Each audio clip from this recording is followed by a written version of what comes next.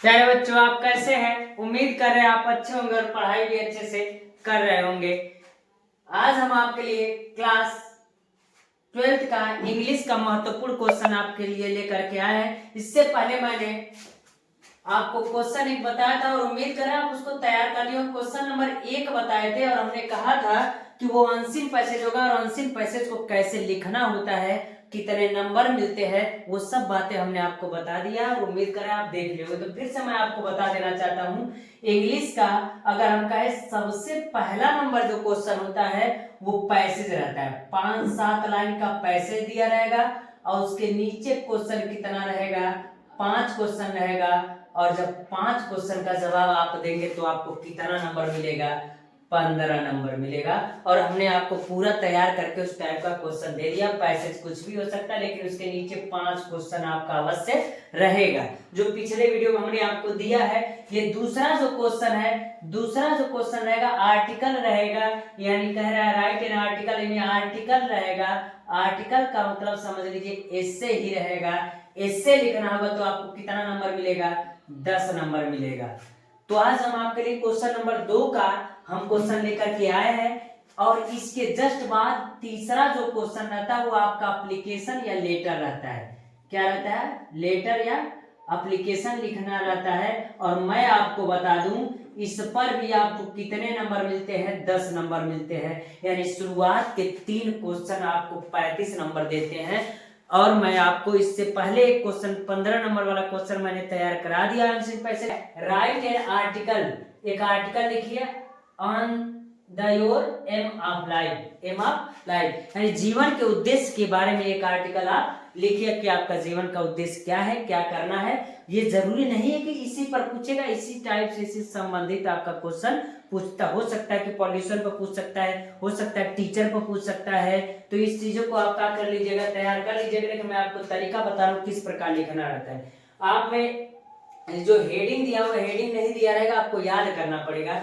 तो पहला कह रहा है write an article on your aim of life, यानी जीवन के उद्देश्य पर आप क्या कीजिए, एक आर्टिकल लिखिए। तो क्या कह रहा है, पहला देखिए, चलते हैं इंट्रोडक्शन। आप हेडिंग जैसे हमने डाल रखा हो वैसे आप हेडिंग डालिएगा, जिससे आपको अच्छे नंबर मिलेंगे, तभी तो 10 नंबर वो देगा।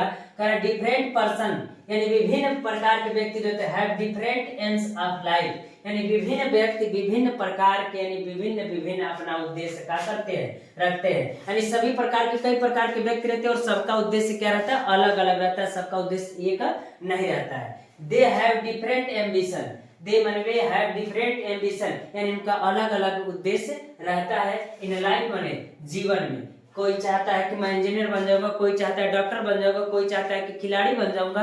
तो अलग अलग उद्देश्य तो रहता है ना। इट इज क्वाइट नेचुरल, यानी कहने का मतलब यह स्वाभाविक है, यह स्वाभाविक है कि सबको अपना उद्देश्य होना चाहिए।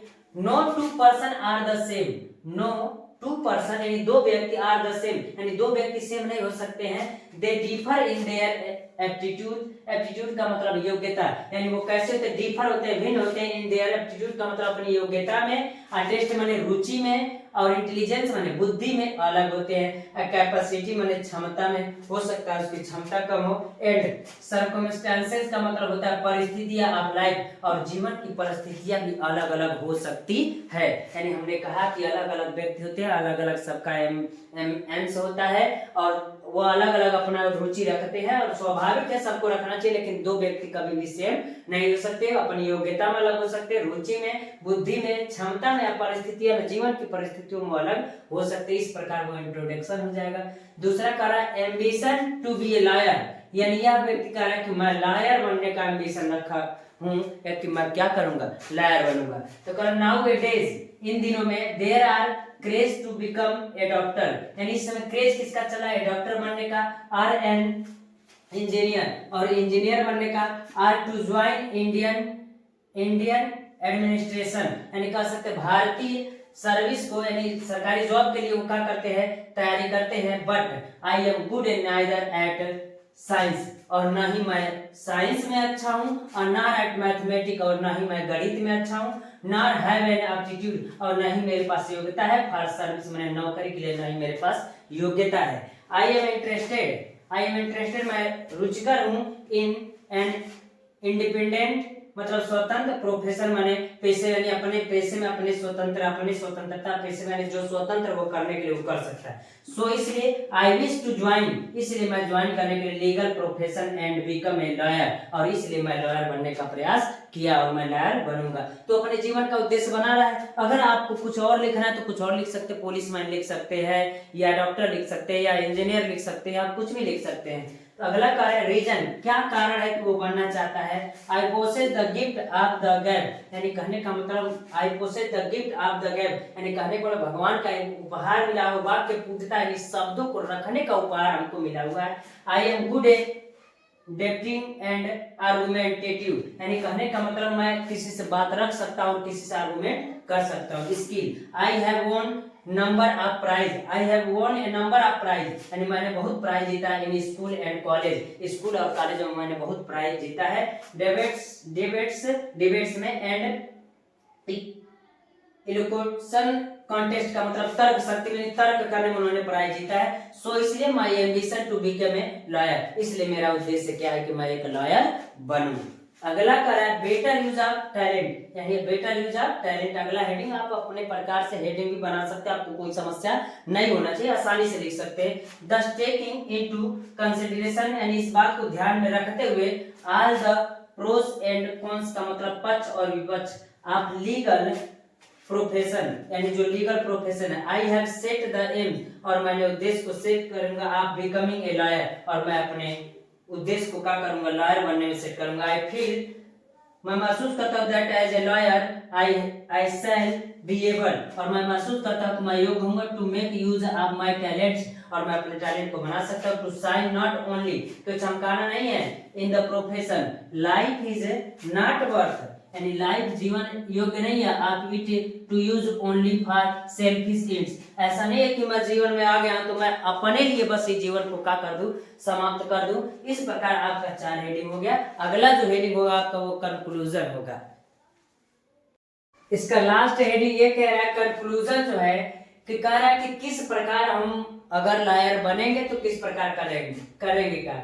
द ब्यूटी ऑफ लाइफ, यानी जीवन की सुंदरता, इज लाइफ इन हाउ, यानी कैसे है, it is use to remove, यानी इसका प्रयोग किया जाना चाहिए, रिमूव माने हटाने में, द माने बुराई को, विच इफेक्ट जिसका प्रभाव, द सोसाइटी माने समाज पर पड़ता है, एंड द नेशन माने राष्ट्र पर पड़ता है, एंड ह्यूमन लाइफ माने आदमियों के मनुष्य के जीवन पर पड़ता है, at large and make them better, यानी लार्ज मात्रा में, एंड मेक देम उनको बनाते हैं, बेटर माने अच्छा, एंड हैप्पियर माने खुशहाल बनाते हैं। यानी कहने का मतलब है जीवन का उद्देश्य यह नहीं है कि हम बस जीवन जी रहे हैं, तो कह रहा है कि क्या करे, समाज को अच्छा बनाए, उनकी बुराइयों को क्या करे, दूर करे। आई होप, मैं आशा करता हूं दैट कि एज ए लॉयर, यानी एक वकील के रूप में, लॉयर के रूप में, आई शैल बी एबल, मैं योग्य हो जाऊंगा, to play my own role, यानी इस रोल पर मैं अदा करने के लिए क्या एबल हो जाऊंगा, toward the large goal of life, और इस प्रकार मैं अपने जीवन के लक्ष्य को क्या करूंगा, पूरा करूंगा। ये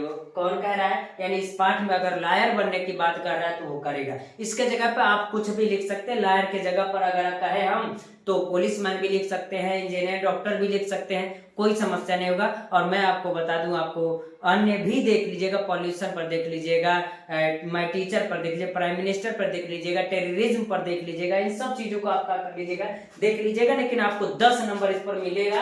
आप छोड़ करके मत आइएगा, क्वेश्चन को कीजिएगा जरूर, यानी पहला नंबर का क्वेश्चन 15 नंबर, दूसरा नंबर का 10 नंबर का। अब चलेंगे हम आपको तीसरा